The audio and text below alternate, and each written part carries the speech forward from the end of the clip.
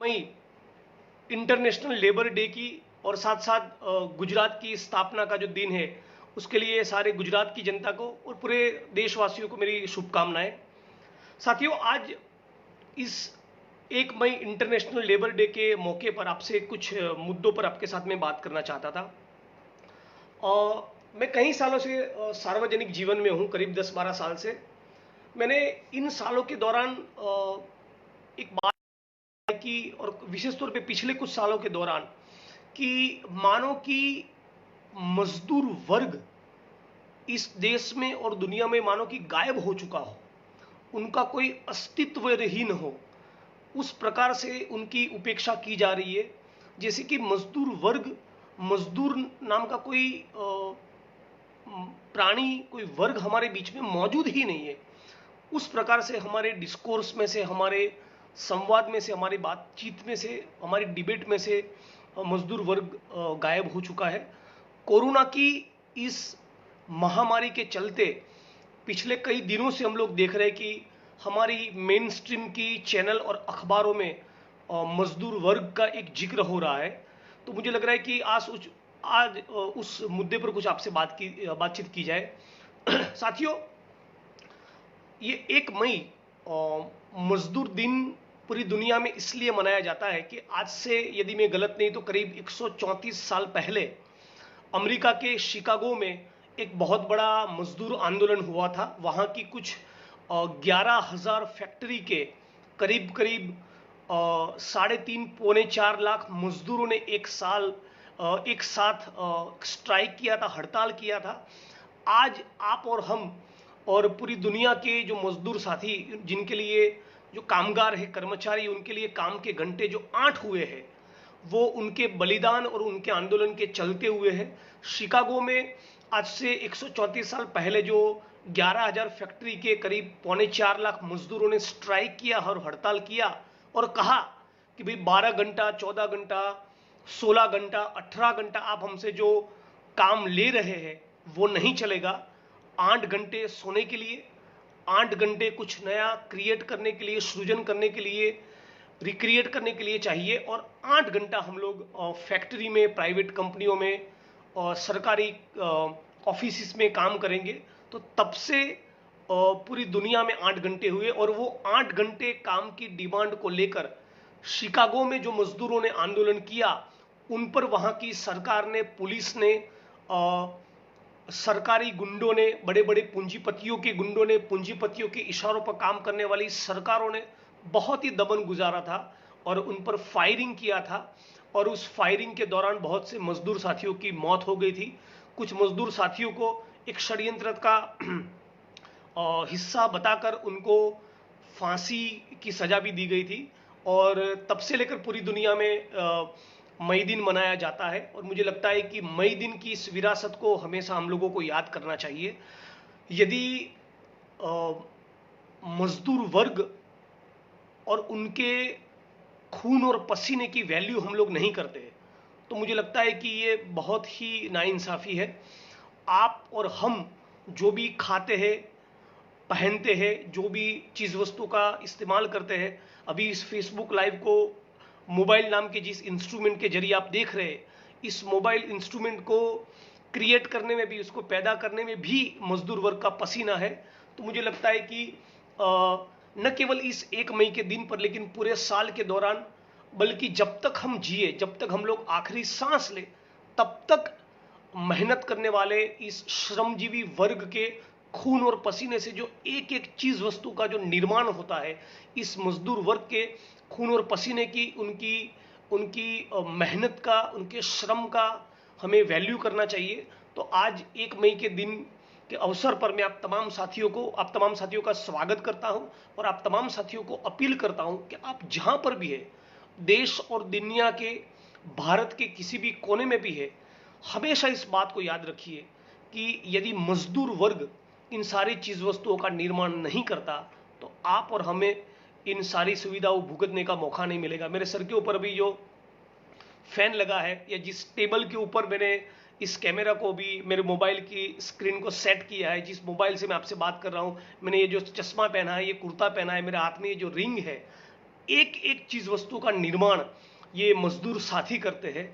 और मुझे लगता है कि आज पूरे देश और दुनिया के सामने ये सवाल खड़ा हुआ है कि एक वर्ग जो कुछ भी पैदा नहीं करता, जो पूंजीपति वर्ग है, और दूसरा एक वर्ग जो अपने खून और पसीने से रात दिन लगातार निर्माण में लगा रहता है, इनके बीच में जो गैर बराबरी है, इस गैर बराबरी के खिलाफ हम लोगों को बोलना चाहिए।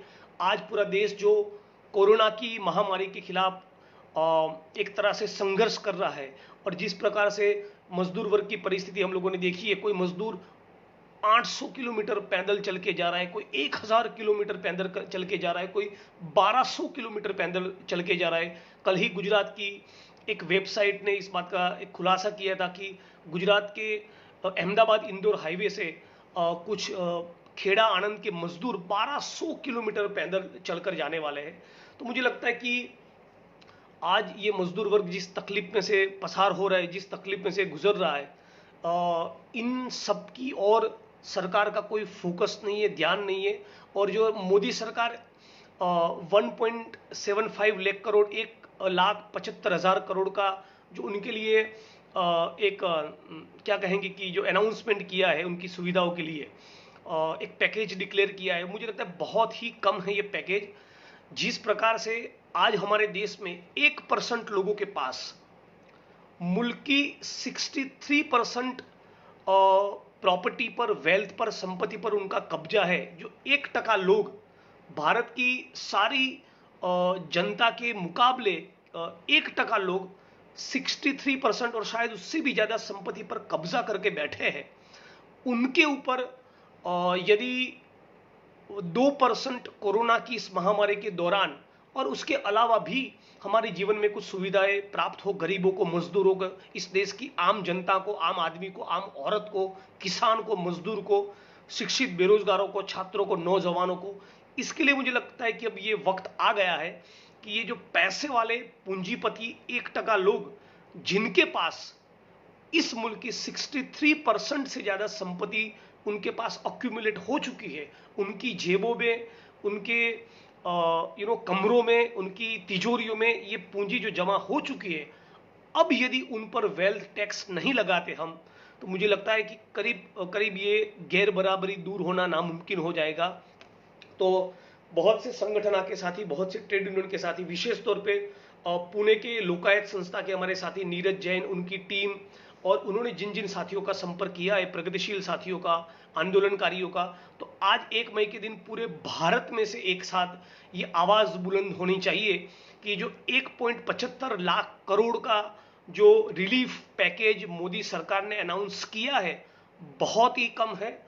उससे भारत की 130 करोड़ जनता को कुछ ज्यादा रिलीफ नहीं मिलेगी, बल्कि अब ये जरूरत है कि ये वो 1% लोग जिनके पास मुल्क की 63% संपत्ति है, उन पर यदि 2% वेल्थ टैक्स इंट्रोड्यूस किया जाता है, यदि उन पर 2% वेल्थ टैक्स लागू किया जाता है, तो मुझे लगता है कि सरकार की तिजोरी के पास आपके और हमारे के लिए, इस मुल्क के किसान और मजदूरों के लिए, आम जनता के लिए करीब करीब 10 लाख करोड़ उपलब्ध हो गए।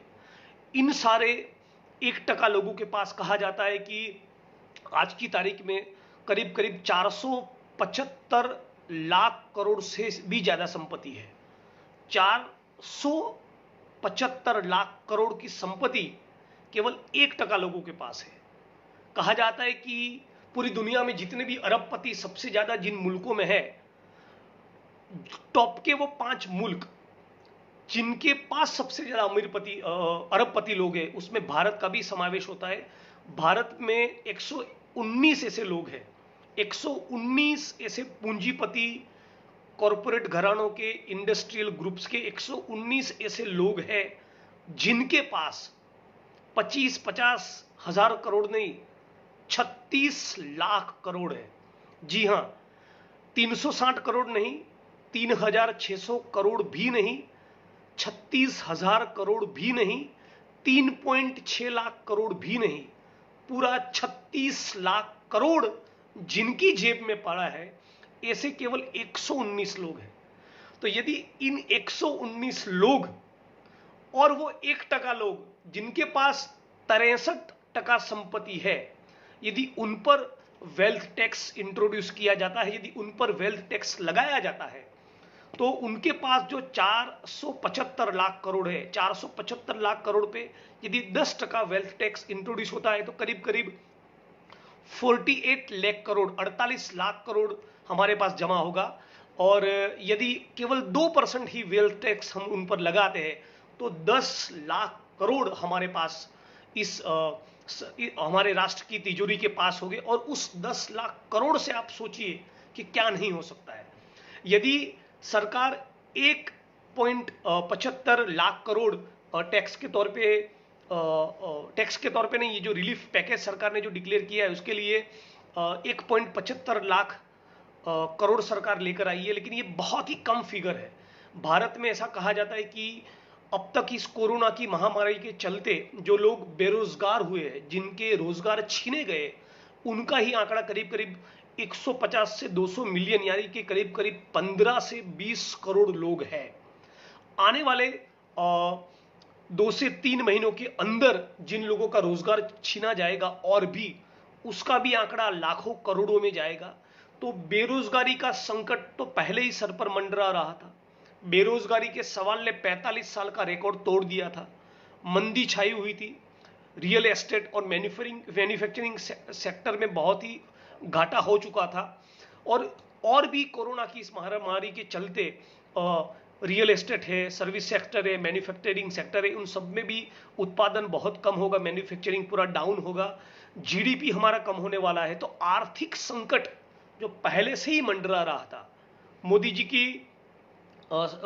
के प्रधानमंत्री बनने के दौरान और उसके पहले भी आर्थिक संकट एक तरह से मंडरा रहा था। मोदी जी के सत्ता पर काबिज होने के बाद उनकी आर्थिक नीतियों के चलते यह आर्थिक संकट और भी गहरा हुआ, और गहराते हुए उस आर्थिक संकट में से राष्ट्र को बाहर निकलने के बजाय अचानक एक दिन उन्होंने नोटबंदी का अनाउंसमेंट कर दिया, जीएसटी को लागू कर दिया।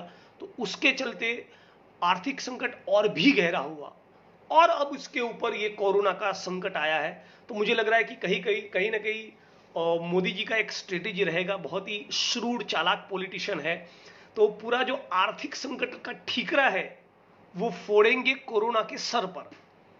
तो बतौर भारतीय हम लोगों को सबसे पहले इस बात को समझना पड़ेगा कि कोरोना के चलते आर्थिक संकट और भी बढ़ेगा, लेकिन आर्थिक संकट पिछले 5-6-7 साल से हमारे देश के सर के ऊपर मंडरा रहा है।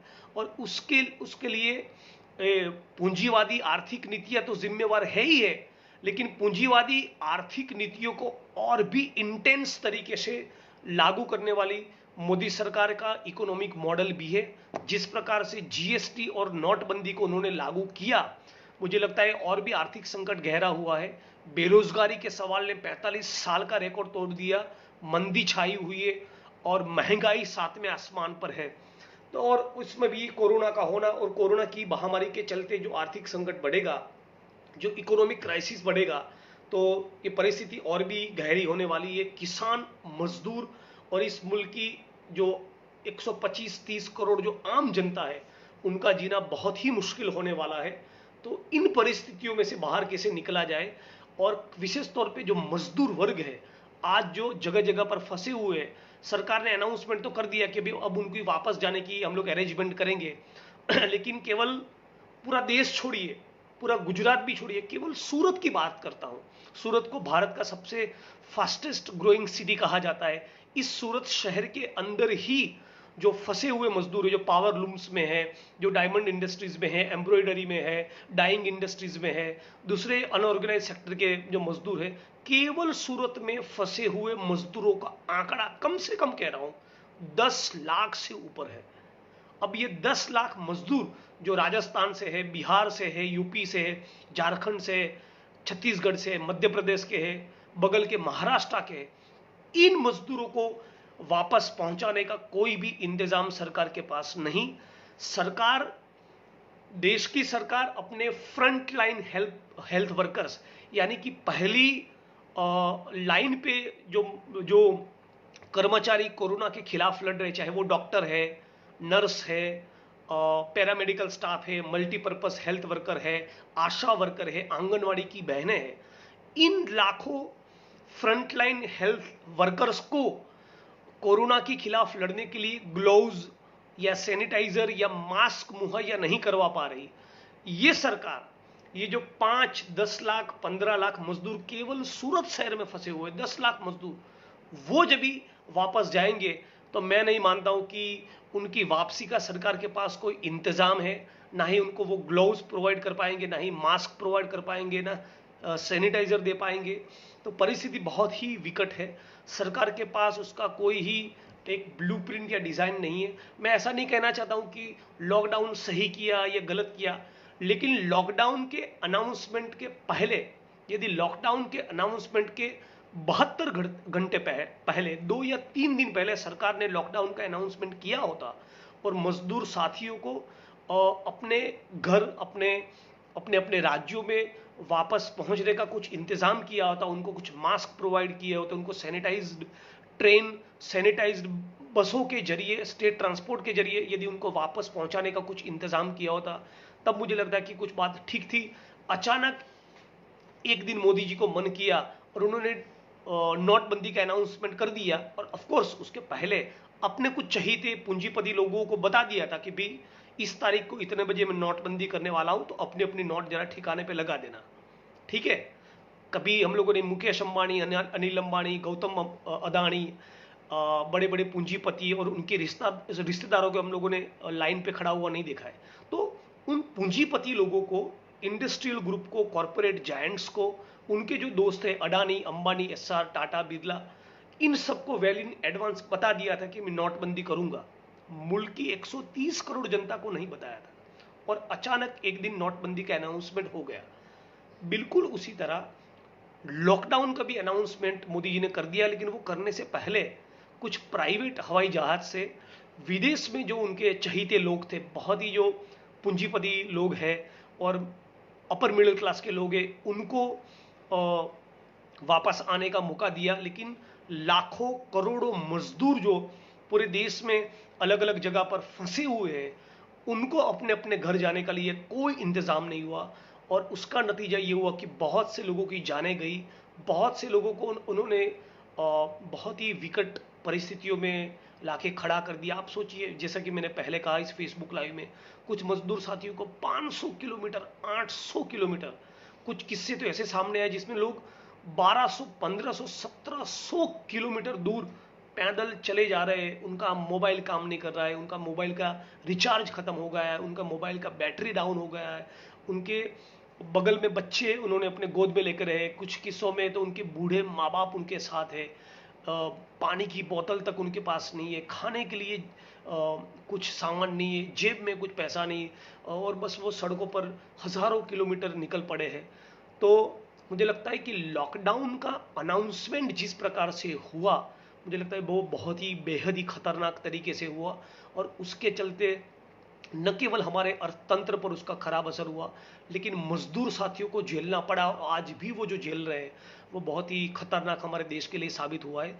अब जब सरकार लॉकडाउन हटाने की दिशा में सोच रही है और मजदूरों को वापस भेजने की बात कर रही है, लेकिन अब तक मैंने कभी भी नहीं सुना है कि मजदूर साथी जिनको अपने अपने गाँव में, अपने अपने शहरों में, अपने अपने राज्यों में, अपने अपने बस्तियों में वापस पहुंच रहा है, उनके लिए ट्रेन वगैरह को चालू करना, इस प्रकार की कोई बात कभी सरकार की ओर से मुझे लगता है कि अनाउंसमेंट नहीं हुआ। तो बहुत ही बेहद खतरनाक परिस्थिति है। हम लोगों की ये मांग होनी चाहिए कि लॉकडाउन जब भी खुले और जब भी मजदूर वर्ग वापस जाना चाहे, तो उनके लिए सैनिटाइज्ड स्टेट ट्रांसपोर्ट और ट्रेन का एक व्यवस्था सरकार की ओर से होना चाहिए, लेकिन वो भी, उस बात का कोई ठोस अनाउंसमेंट सरकार ने नहीं किया है। दूसरी बात की, जैसा कि मैंने कहा कि केवल कोरोना की सिचुएशन के चलते नहीं, कोरोना की सिचुएशन की, कोरोना की महामारी के खिलाफ लड़ने के लिए तो ये वेल्थ टैक्स लगाने की जरूरत है ही, लेकिन उसके अलावा भी भारत के 119 लोगों के पास यदि 36 लाख करोड़ पैसा आ जाए और भारत की करीब करीब 70% जनता और रोज के 20 रुपये या उससे कम में गुजारा करने के लिए मजबूर हो, तो मुझे लगता है ये बहुत ही खतरनाक गैर बराबरी है। भारत का संविधान अपनी प्रस्तावना में समाजवादी धर्मनिरपेक्ष लोकतंत्र की जो कल्पना करता है, वो समाजवाद का मतलब ये भी होता है कि उसके केंद्र में इस मुल्क के किसान और मजदूर हो, इस मुल्क की आम आदमी और इस मुल्क की आम औरत हो। उसके बजाय अभी केंद्र में है अडानी अंबानी, बड़े बड़े कारपोरेट घराने और कुछ पूंजीपति।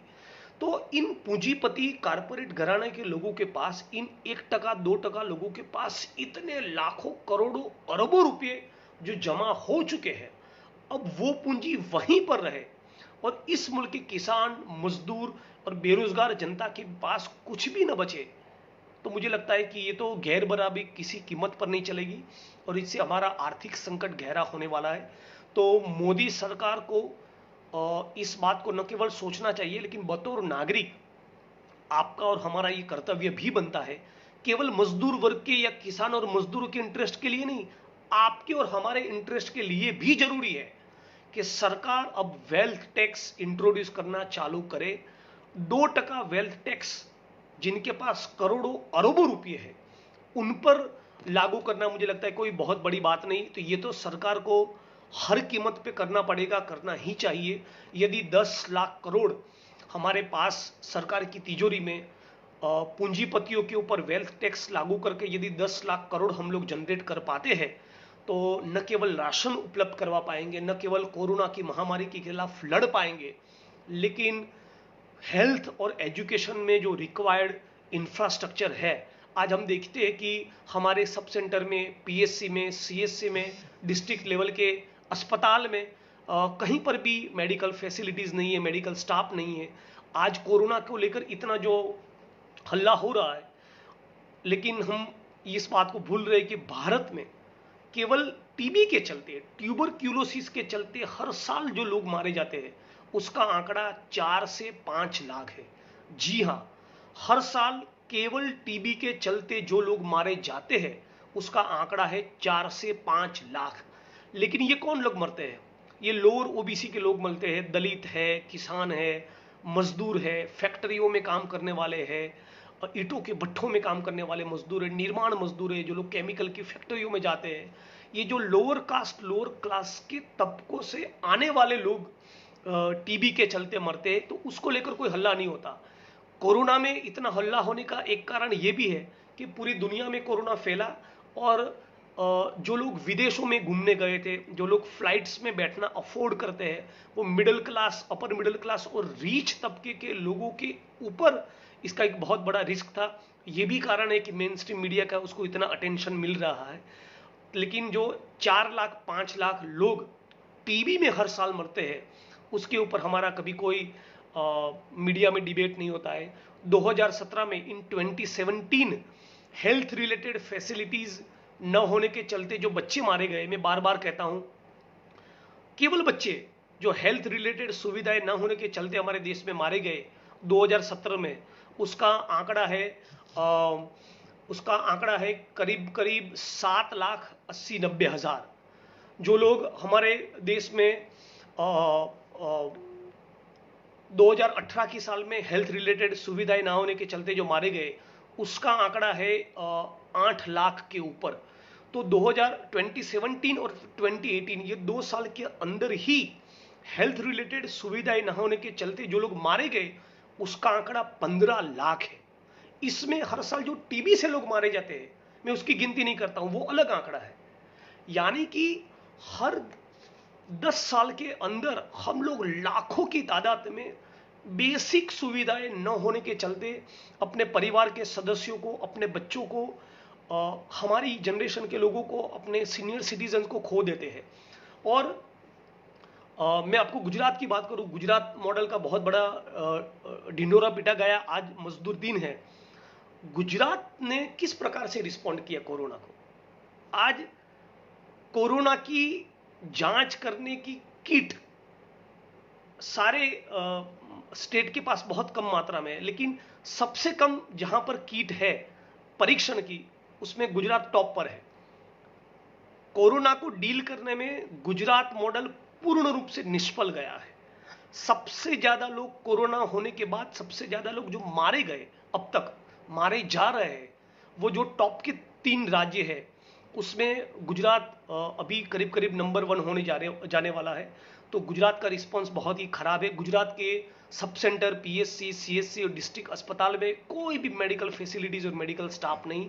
पब्लिक इंटरेस्ट लिटिगेशंस कुछ साथियों ने पिछले जो 5-10 साल में फाइल किए, उसके रिस्पॉन्स में सरकार ने जो जवाब दिए, सरकार बेशर्मी के साथ ये हर साल एडमिट करती है। असेंबली के स्टार क्वेश्चंस, तारांकित सवाल, अतारांकित सवाल, अनस्टार्ड क्वेश्चंस, आरटीआई के जवाब, पीएल के रिस्पॉन्स में हाईकोर्ट में हलफनामे भी एडमिट करती है कि हमारे यहाँ सब सेंटर, पीएससी और सीएससी में 60-65% किस्सों में मेडिकल स्टाफ है ही नहीं।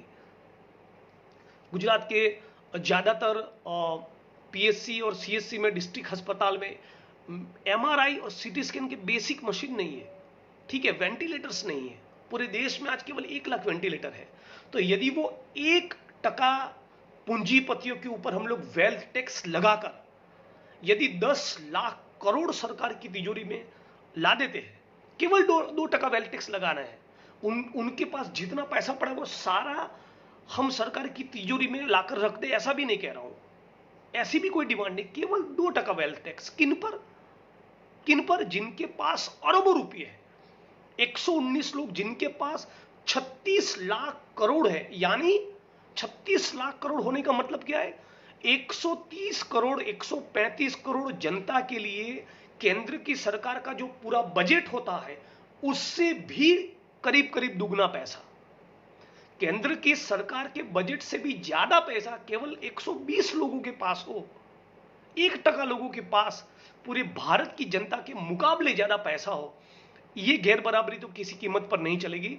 तो मैं बार बार अपने आप को ये रिपीट कर रहा हूं, फेसबुक लाइव को देखने वाले आप देश के किसी भी कोने में बैठे हुए आप तमाम साथियों को मेरा हाथ जोड़कर ये विनती है, अपील है, आप ट्वीट कर सकते हैं तो ट्वीट करिए, आप इंस्टाग्राम पे कुछ पोस्ट बना सकते हैं तो इंस्टाग्राम पे पोस्टर बनाइए, व्हाट्सएप पे इस मैसेज को घुमाइए, फेसबुक पे लाइव करिए, जो भी लोगों के आप संपर्क में हैं, परिचय में हैं, आप जहां पर भी इस मुद्दे को उठा सके, बतौर भारतीय आज हम लोगों का ये कर्तव्य बन गया है कि जात पात, धर्म, कौम, पॉलिटिकल पार्टी ये सब साइड में रखकर, विचारधारा के सारे झगड़े सब छोड़कर इस वक्त पे वक्त की नजाकत को समझते हुए आपको और हमको सबको साथ में मिलकर इस मुद्दे को उठाना चाहिए कि अब वक्त आ गया है, हर कीमत पर वेल्थ टैक्स पूंजीपति वर्ग पर लगाना ही पड़ेगा। यदि 10 लाख करोड़ इस देश की जनता के पास कोरोना की महामारी के खिलाफ लड़ने के लिए आता है, तो न केवल हम लोग कोरोना के खिलाफ लड़ पाएंगे, कोरोना के खिलाफ तो लड़ ही पाएंगे, साथ साथ पूरे भारत में अनगिनत नए दवाखाने और अस्पतालों का निर्माण होगा, नई मेडिकल फैसिलिटीज होगी, नए स्टाफ हम लोग रख पाएंगे, वेंटिलेटर्स खरीद पाएंगे, एमआरआई के मशीन हो गए, सीटी स्कैन्स के मशीन हो गए, बहुत सी चीज़ हम लोग खरीद पाएंगे। हमारी जो अस्पतालें हैं, हमारे जो स्कूल्स है, कॉलेज है, यूनिवर्सिटीज है, उसमें रिक्वायर्ड इंफ्रास्ट्रक्चर हम लोग खड़ा कर पाएंगे, नया स्टाफ ले पाएंगे। आज हम लोग हर एक स्टेट के अंदर हम लोग चाहे तो हेल्थ और एजुकेशन के फील्ड में ही 2 लाख 5 लाख नए रोजगार खड़े कर सकते हैं। उनको देने के लिए पगार सरकार के पास कभी कभी नहीं होता, वो पगार हमारे पास, सरकार के पास वो उनकी तनख्वाह करने के लिए भी पैसा आ जाएगा यदि उनके ऊपर हम लोग वेल्थ टैक्स लगाते हैं। तो वेल्थ टैक्स का डिमांड मुझे लग रहा है कि आने वाले दिनों में एक बहुत बड़े डिमांड के तौर पे हम लोगों को खड़ा करना चाहिए। दूसरी बात, गांव में बेरोजगारी है, शहरों में भी बेरोजगारी है, तो सरकार, गवर्नमेंट जो पोस्ट सरकार के ही आंकड़े बता रहे कि पूरे भारत के अंदर 26-27 लाख सरकारी पोस्ट, गवर्नमेंट पोस्ट खाली पड़े, वो पद रिक्त पड़े हैं। सरकार चाहे तो कलम के एक झटके से कुछ महीनों के अंदर इन 27 लाख पदों को फिल करके, उनमें भर्ती करके 27 लाख शिक्षित बेरोजगार लोगों को रोजगार दे सकती है। नए पद भी खड़े किए जा सकते हैं। मान के चलिए इस वक्त किसी कम्युनिटी हेल्थ सेंटर में या पीएचसी में 3 डॉक्टर की जगह है और तीनों पोस्ट खाली है, तो सरकार वो 3 पोस्ट तो भर ही सकती है, लेकिन दूसरे 2 नए डॉक्टर के लिए पोस्ट खड़े भी कर सकती है। तो जो खाली पद है 27 लाख के करीब, वो भरे जाए, नए पद क्रिएट किए जाए, और साथ साथ नरेगा का जो कानून है वो केवल गांवों तक सीमित न रखते हुए उसको शहरों में भी इंट्रोड्यूस किया जाए, और शहरों के लिए भी नरेगा का काम चालू किया जाए। किसी के मुंह से मैंने ये बहुत बढ़िया बात सुनी है कभी कि रोजगार मतलब क्या, जो रोज मिले उसी को रोजगार कहते हैं। हमारा डिमांड ये क्यों ना हो कि भाई नरेगा 100 दिन का क्यों हो, 365 दिन का क्यों ना हो। हम लोग ये नहीं कह रहे कि आप हमारे बैंक अकाउंट में इतना पैसा डाल दो। अभी तो इस वक्त पे वक्त की ये जरूरत ये भी है कि भारत के लाखों करोड़ों लोगों के बैंक अकाउंट में हर महीने 3 महीने तक, हर महीने एटलीस्ट 5,000 से 7,000 तक के एक अमाउंट भी डिपॉजिट करने की जरूरत है, ताकि ये लोग सर्वाइव कर पाए। जो हमारा राशन है वो तो बहुत जो स्टडीज भी रिसेंट स्टडीज हुए वो कह रहे हैं कि उतना ठीक तरीके से लोगों तक नहीं पहुंचा है। अंत्योदय कार्ड के लोग हैं या जो बीपीएल कार्ड के लोग हैं उनके पास भी ढंग से राशन नहीं पहुंचाए, लेकिन राशन तो पहुंचे ही। राशन के साथ साथ 5 से 7,000 तक हर महीने करोड़ों लोगों को मुहैया करवाने की बहुत जरूरत है। वो पैसा कहां से आएगा? अगेन वो वेल्थ टैक्स हम लागू करेंगे, और उससे यदि 10 लाख करोड़ हम लोग जनरेट कर पा रहे हैं तो अगेन वो पैसा वहां पर मिल सकता है। तो ये सारे मुद्दों पर मैं आपके साथ बात करना चाहता था। आप में से कुछ साथियों की जो कमेंट्स आ रही वो भी मैं अभी पढ़ नहीं पा रहा हूं, लेकिन मैं पढ़कर उसका कुछ मैं रिप्लाई भी करूंगा, जवाब भी करूंगा। मुझे लग रहा है कि आज हो सके तो दोपहर के 3 बजे से 5 बजे के बीच के दौरान हम लोगों को ट्विटर पर इस मुद्दे को ट्रेंड करवाना चाहिए। हैशटैग कोरोना वेल्थ टैक्स, मतलब कोरोना की लड़ाई के खिलाफ, कोरोना के महामारी के खिलाफ लड़ने के लिए सरकार 2% 2% पूंजीपतियों के ऊपर वेल्थ टैक्स इंट्रोड्यूस करे। उसको ट्विटर पर ट्रेंड करने का भी एक हम लोग प्रयास करने वाले। आप तमाम साथियों को अपील है कि आप उसमें भी जुड़िए। दूसरा हैशटैग ये भी रहेगा कि वैल्यू अवर वर्कर्स, हमारे जो श्रमजीवी लोग हैं, हमारे जो वर्किंग क्लास के लोग हैं, हमारी जो मेहनतकश जनता है, मेहनतकश जो आवाम है, इनके खून और पसीना का, उनके श्रम का, उनकी मेहनत का हम लोगों को वैल्यू करना चाहिए। मैं गुजरात की जिस असेंबली में बैठता हूं, मैं बार बार इस मुद्दे को अनगिनत जनसभाओं में कह चुका कि गुजरात की विधानसभा के अंदर जो क्लास 4 के प्यून्स है, जो सैनिटेशन वर्कर्स हैं, जो लिफ्टमैन है, उनको मिनिमम वेज नहीं मिलता है। यदि मैं गलत नहीं तो दिल्ली सरकार ने शायद मिनिमम वेज 18,000 के करीब कर दिया है, और मिनिमम वेज न्यूनतम वेतन भी सुनिश्चित नहीं करवाने के मामले में, या ये कहिए कि मिनिमम वेज के न्यूनतम वेतन के इंप्लीमेंटेशन में जिस स्टेट का परफॉर्मेंस सबसे ज्यादा खराब है, उसमें गुजरात नंबर 1 या नंबर 2 की पोजीशन में है। एटलीस्ट टॉप 5 टॉप 3 में तो है ही है, यदि मैं गलत नहीं हूं तो पूरे भारत की मेहनतकश आवाम को, जनता को आज 2020 के भारत में एटलीस्ट मिनिमम वेज भी हम लोग सुनिश्चित यदि न कर पाए तो मुझे लगता है ये पूरे राष्ट्र के लिए सबसे बड़ी शर्मनाक बात है। ये तो मैं मानता हूं राष्ट्रीय कलंक है। मिनिमम वेज श्रमजीवी वर्ग को, मेहनतकश जनता को, मेहनतकश आवाम को मिनिमम वेज, न्यूनतम वेतन ना मिले, ये तो मैं तो मांग करता हूं उसको एक क्रिमिनल ऑफेंस बनाना चाहिए। यदि कोई पूंजीपति, फैक्ट्री का मालिक, प्राइवेट कंपनी का मालिक या सरकार का कोई भी यूनिट, सरकार का कोई भी डिपार्टमेंट यदि अपने कामगार को, कर्मचारी को मिनिमम वेज नहीं देता, तो आज इंटरनेशनल लेबर डे, मई डे के दिन हम लोगों को यह डिमांड करनी चाहिए कि न केवल मिनिमम वेज सुनिश्चित हो, पूरे भारत में मिनिमम वेज एक रूप से हो, ठीक है, और कम से कम 18,000, 20,000, 22,000 आज की इस महंगाई के दौर पे मिनिमम वेज होना चाहिए। आप चाहे ईंटों के भट्ठों में काम करते हैं, आप चाहे केमिकल की फैक्ट्री में काम करते हैं, आप चाहे सरकार के किसी डिपार्टमेंट में सैनिटेशन वर्कर है, क्लास 4 के प्यून से लिफ्टमैन है, किसी भी फील्ड पे आप काम करते हो, यदि आप 18,000 से 22,000 के बीच में यदि आपका मिनिमम वेज नहीं है, तो आज के इस पूंजीवादी अर्थव्यवस्था में, महंगाई के इस दौर में आप लोग सर्वाइव नहीं कर पाएंगे, हम लोग सर्वाइव नहीं कर पाएंगे। तो और मैं आपको बताना चाहता हूं कि बतौर विधायक मेरा 1,16,000 करीब सैलरी है। 1,16,000 ये मेरा सैलरी कहां से होता है? सरकार की तिजोरी से होता है। सरकार की तिजोरी में 500, 1,000, 2,000 का नोट रोज सुबह फूटता तो नहीं, उसमें से अपने आप स्वयं प्रकट नहीं होता।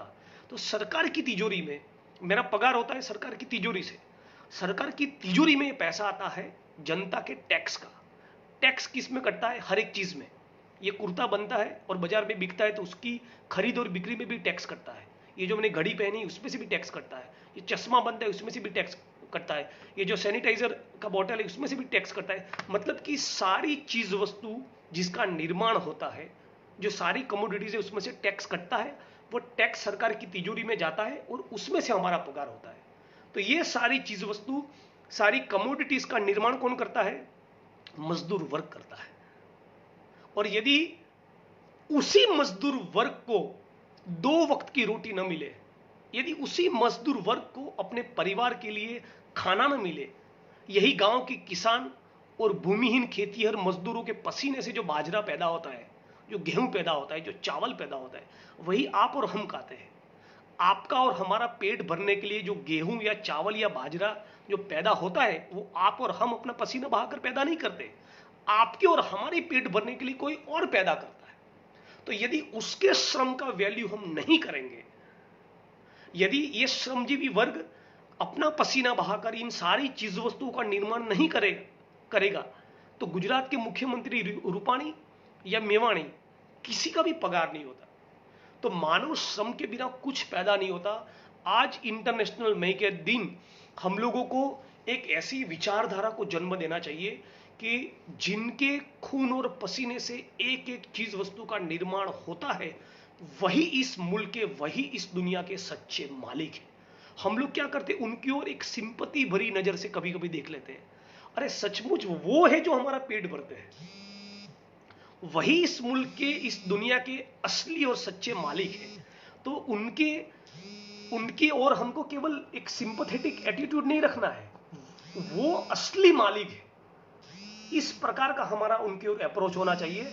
और हमारी जो भी सरकारी योजनाएं बनती है, जो भी पॉलिसीज बनती है, जो भी नीति बनते हैं, जो भी कानून बनते हैं, संविधान में जो सुधार होता है, वो सारे उस बात को मद्देनजर रखते होने चाहिए कि इसमें श्रमजीवी वर्ग को क्या मिलेगा।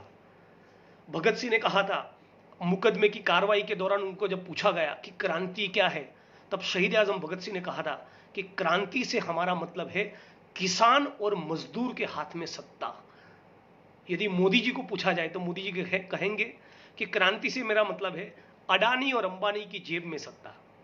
आज अडानी और अंबानी के पास, पूंजीपति इंडस्ट्रियल ग्रुप्स और कॉरपोरेट घरानों के पास इतने ज्यादा पैसे जमा हो गए हैं कि ये गैर बराबरी आने वाले कई दशकों तक चली रहेगी, कई शताब्दियों तक चली रहेगी, यदि हम उनकी जेब में जो पैसा पड़ा है वेल्थ टैक्स के चलते वो पैसा सरकार की तिजोरी में लाने का, यानी कि जनता के लिए खर्च करने का, नए रोजगार खड़े करने के लिए, शिक्षा और चिकित्सा में सुधार के लिए, किसानों की आत्महत्या रोकने के लिए और कोरोना जैसी इस महामारी के खिलाफ लड़ने के लिए वेल्थ टैक्स की डिमांड को यदि नहीं खड़ी करेंगे, तो मुझे लगता है वो पैसा उन्हीं के पास रहेगा, गरीब गरीब रहेगा, पैसे वाला रहेगा, अमीर और भी अमीर होता जाएगा, धन्ना सेठ पूंजीपति वर्ग और भी पैसे वाले बनते जाएंगे, किसान मजदूर आम जनता वहीं की वही रहेगी।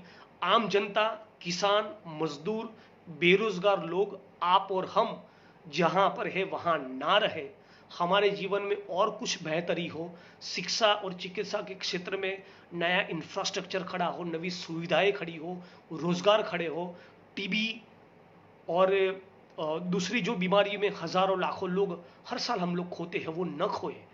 और मुझे लगता है कि मानवता की जीत हो, उसके लिए आज इंटरनेशनल लेबर डे के इस मौके पर हम लोग संकल्प करें कि न केवल वेल्थ टैक्स की डिमांड करेंगे, मिनिमम वेज 18,000, 20,000, 22,000 हो, उसकी भी डिमांड करेंगे।